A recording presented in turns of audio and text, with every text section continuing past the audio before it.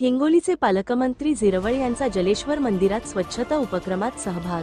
पंतप्रधान नरेंद्र मोदी यांच्या वाढदिवसानिमित्त भाजपतर्फे आयोजित स्वच्छता अभियानात हिंगोलीचे पालकमंत्री व अन्न औषध प्रशासन मंत्री नरहरी झिरवळ यांनी जलेश्वर मंदिर परिसरात स्वच्छता केली।